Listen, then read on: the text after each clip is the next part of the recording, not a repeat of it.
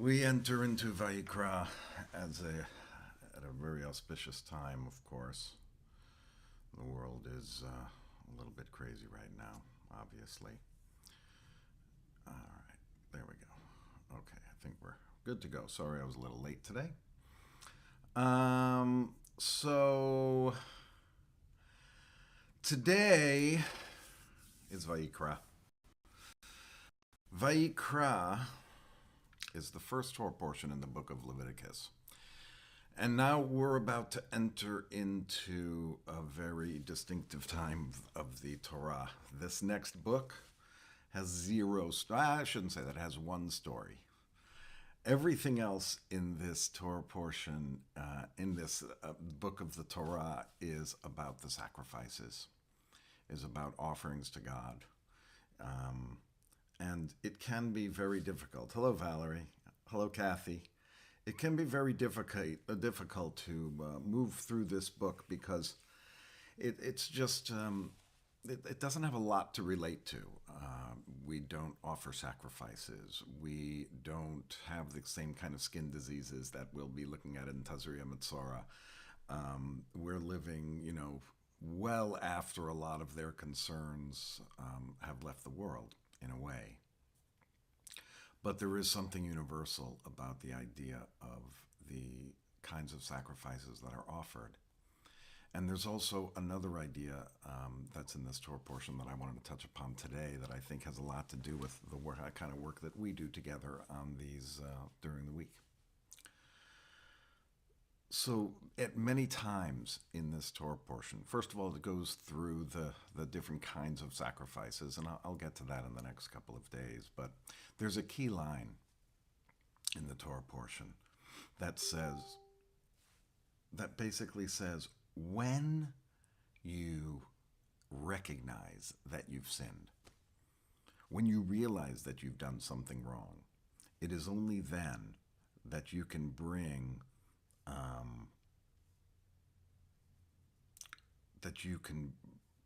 yourself to making good on it. In other words, we all do things wrong. We all go through our lives and we make mistakes. The only way that one can make up for the mistake is to realize that you've done something.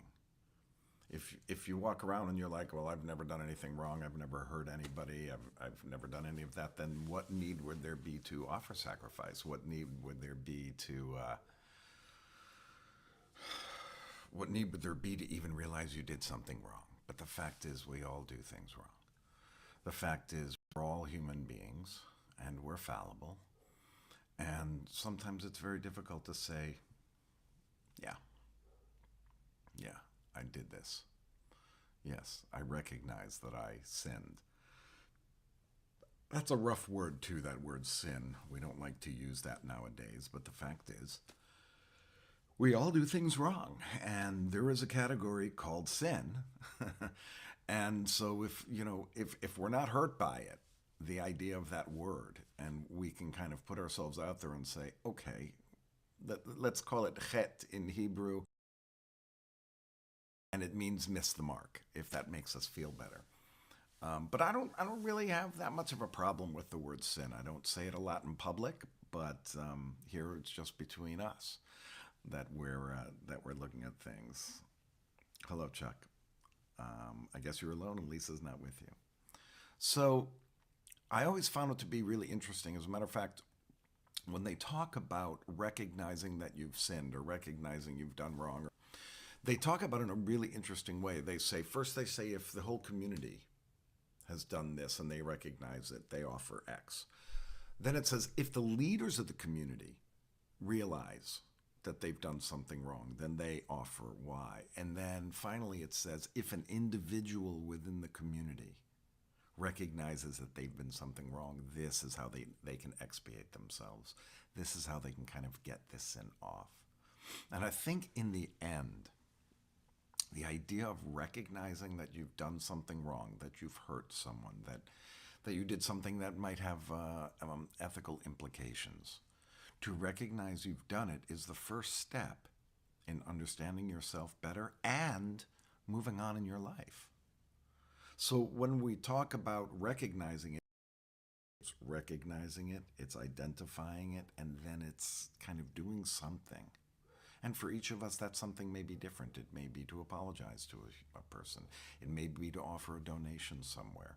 It may be to change your actions and the way you treat certain people. Whatever it is for you, you're not going to do any of it unless you recognize that you had done something.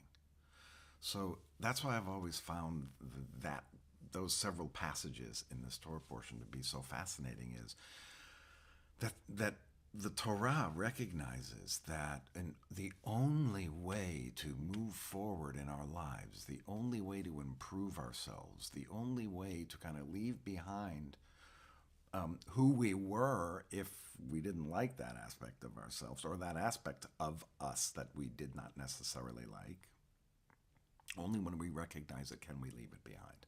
Only when we recognize it can we do something about it. Only when we recognize it and admit it can we move forward. And what's tough about that is it's very hard to admit. What's difficult about it is we don't want to be wrong.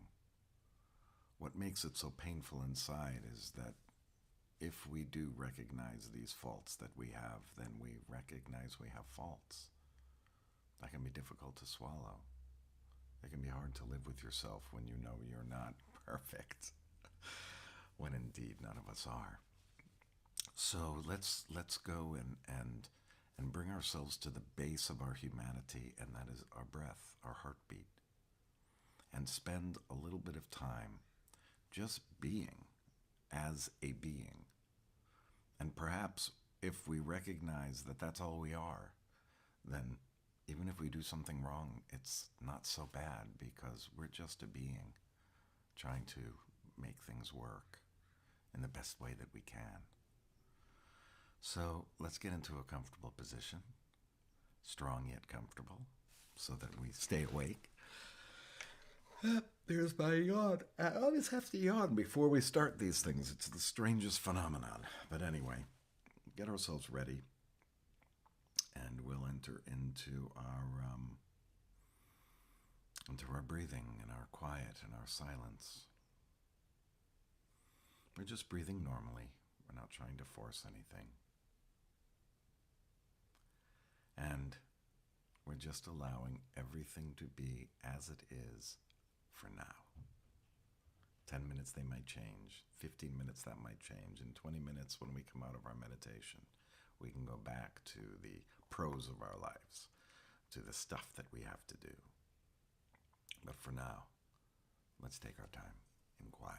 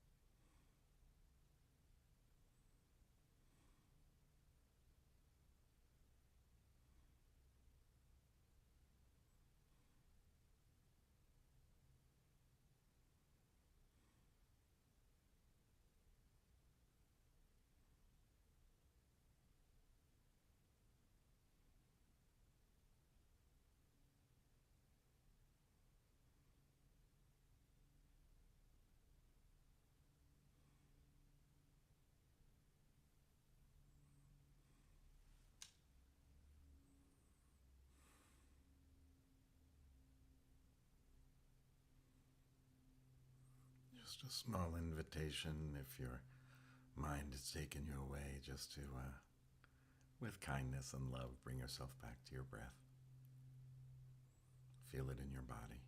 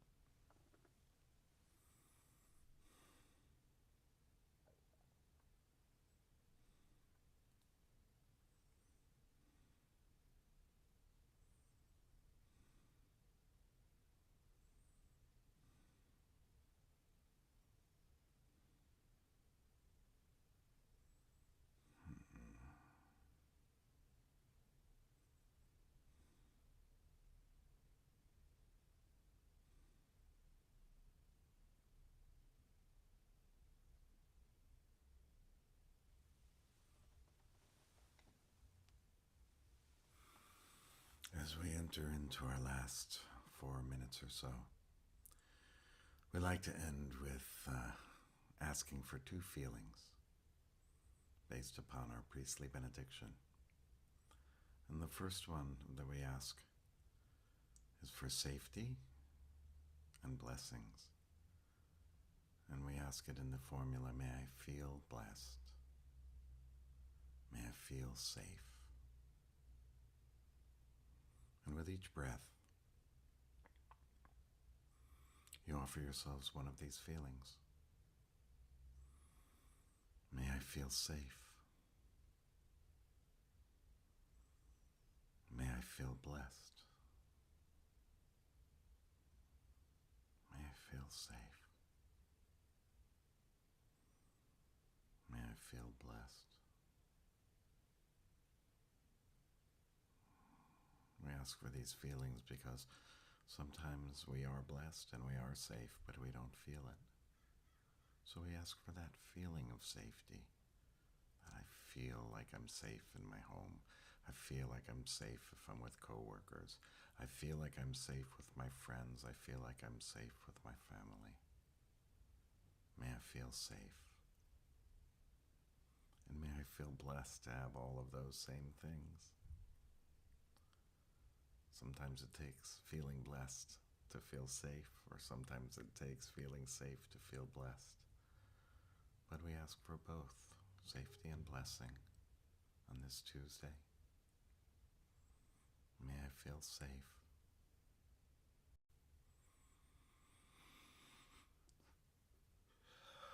May I feel blessed. May I feel safe. May I feel blessed. May I feel safe. May I feel blessed.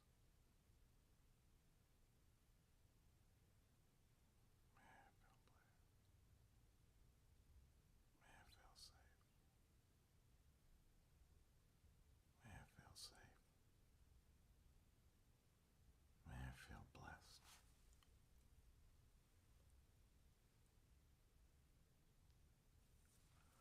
May I feel blessed.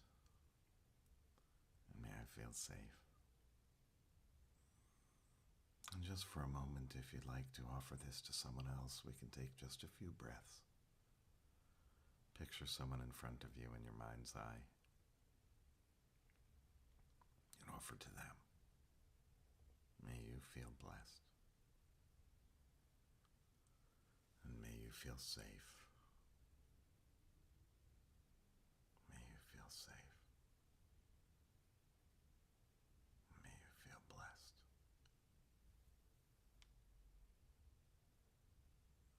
May you feel blessed and safe. May you feel blessed and safe. May you feel blessed. May you feel safe.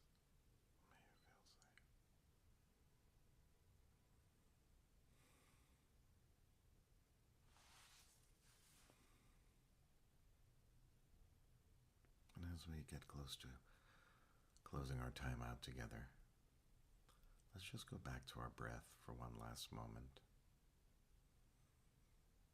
Feel your body engage with your breath.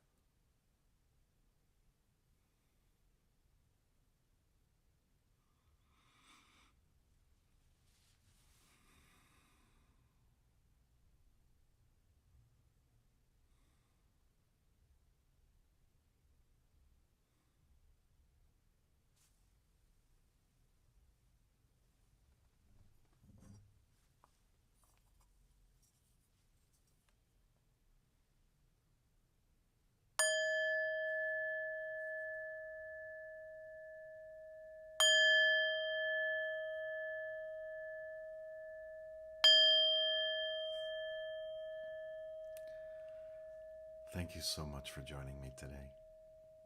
I hope that you were able to find some peace and stillness. May you feel blessed, and may you feel safe, and may you have a wonderful evening. We'll see you tomorrow.